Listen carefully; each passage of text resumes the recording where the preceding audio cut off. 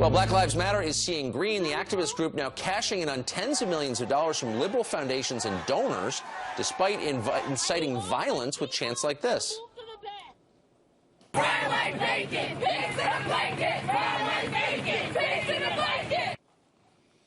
That's right, a chant calling for the murder of police officers. Well, the Black-led Movement Fund is a donor campaign aimed at raising $100 million for the group.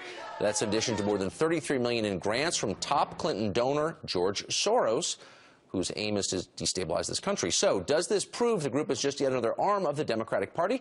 Here to weigh in is the editor-in-chief of the PolitiStick, Jennifer Burke. Jennifer, it's great to see you this morning. So great to see you too, Tucker. I'm not sure how many people have actually read the Black Lives Matter platform, which is not mainstream, to put it mildly. It calls for reparations for slavery, calls for voting for 16-year-olds. It calls for all kinds of things that are just way out of the mainstream of American life. I wonder if the donors have read this. Do you think they have?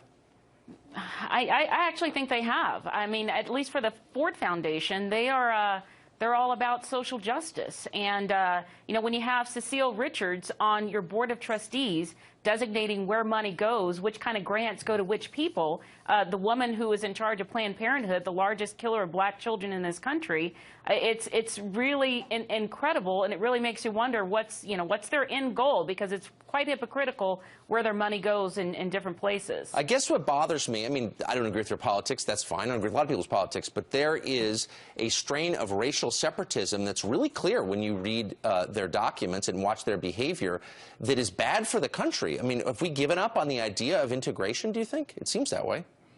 It does seem that way, doesn't it? When you have black students in colleges calling for safe spaces, and you have black and white students not going to class, saying that their activism or their classes are getting in the way of their activism. It's really mind-boggling. You know, you had a generation of people that fought for integration, and now you have a whole other generation of people that wants to self-segregate, and you have college universities that are complying with that, with separate housing, new special buildings. It's all quite disturbing, Tucker. Well, they're arguing for separate but equal and for racial discrimination. I mean, it's Orwellian in its ironies. Here's a quote from the Black-led Movement Fund. I'm quoting now. The Black-led Movement Fund provides grants, movement building resources to organizations working to advance the leadership and vision of young black, queer, feminist, and immigrant leaders who are shaping and leading a national conversation about criminalization, policing, and race in America. They're not great writers, as you can tell, but what exactly does that mean? Yeah, what does it mean? I find it interesting. You know, you started out, Black Lives Matter started out as a movement in Ferguson, Missouri, based on the lie. Michael Brown never had his hands up, never said don't shoot. And I remember in Ferguson, people said there was a lot of out-of-towners, a lot of out-of-staters.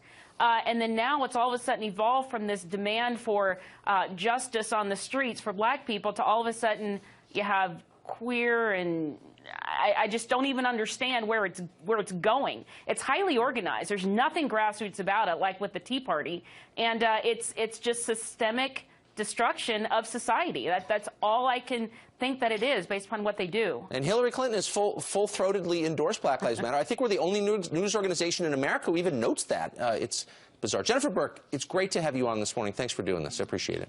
Thank you.